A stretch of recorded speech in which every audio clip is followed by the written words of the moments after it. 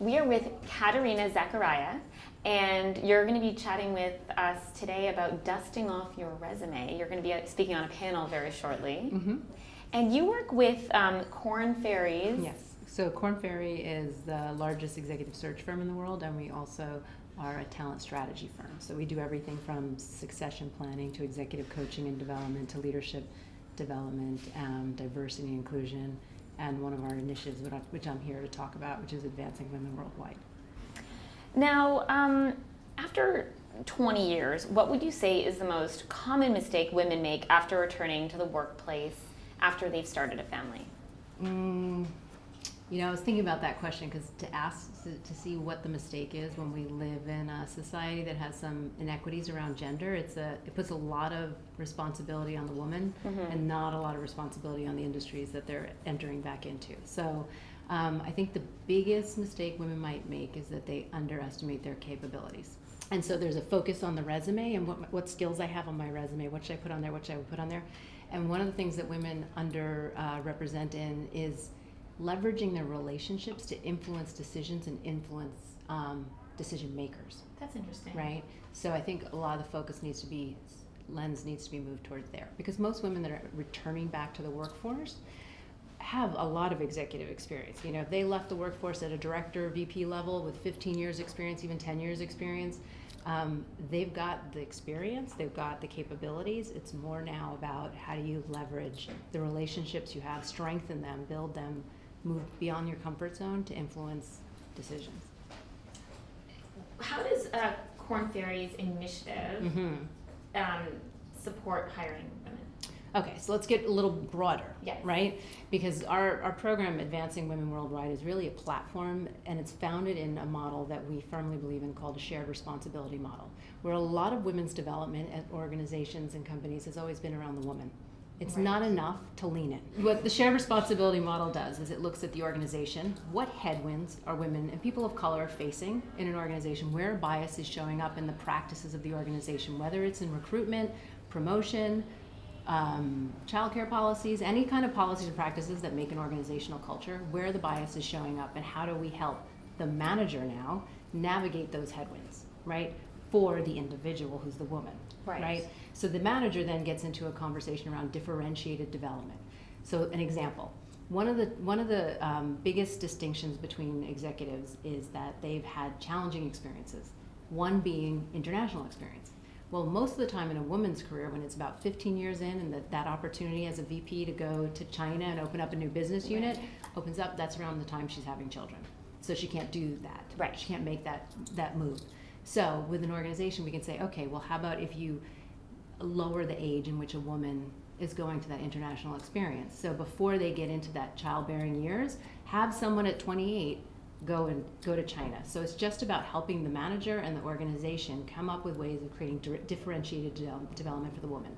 Now, what's the individual responsibility? Because this is a shared responsibility model, and that's about women, number one, understanding that they've got to get challenging experiences, because the biggest distinction between women and men in the workforce is that men are looking for strategic and operational experiences, and women are more about the customer centricity, the collaboration. So women have to step out of their comfort zone and stretch into those opportunities and raise their hand to get that financial and strategic experience that seems to be the big gap at executive level. So one of the big distinctions in the research that we've done in the difference between women and men and their experiences is that men tend to choose more enterprise-wide responsibility, strategic responsibility, and financial acumen, right? So when women are having those opportunities to stretch into new opportunities, they've got to think about keeping in the forefront of their mind that the big gap is around finance and strategy.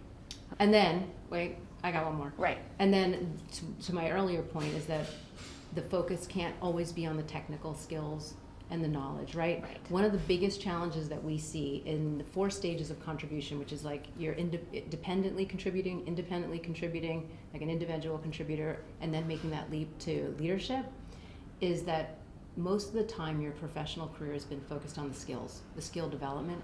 And I'll quote a recent study where one woman said, "I've been skilled up to death," right?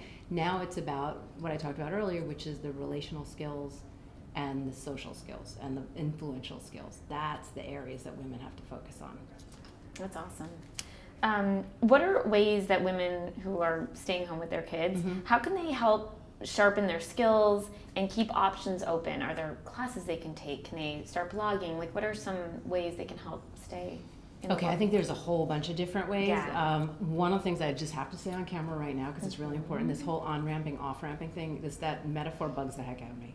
Because really, it's what I think of it as changing lanes. Women are not leaving, right? They're extending back into the house so they can be with their families, and they're making that choice. So I think there's a lot of different ways that women can stay current.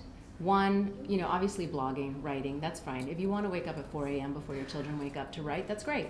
Right. But I also think there's one of the things I remember when I was in business school, they said, at men equal, you can do whatever you want. And that's not true.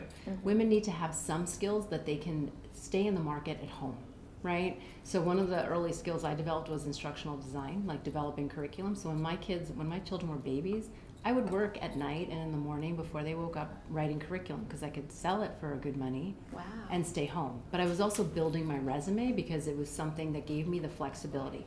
So I think when women are thinking about early career women, when you're thinking about like what you're studying and what skills you need to develop, make sure you develop some hard skills, those technical skills that allow you to do some work at home so you always keep a toe in the fast lane. That's great. So those are things you can just put on your resume. Yeah, so you keep building your story. I never would have thought of it that way. So I think the big point is women have to step beyond what they know. Stretch. Get uncomfortable because it'll give you opportunity to grow. It gives you a story to tell because you have to keep the challenges going even if you're not being employed by someone, right? So how do you challenge and extend and keep growing your capacities, whether it's, sitting on the leadership board of the school or but finding ways to keep telling the story. Well, thank you so much for chatting with us and enjoy your panel.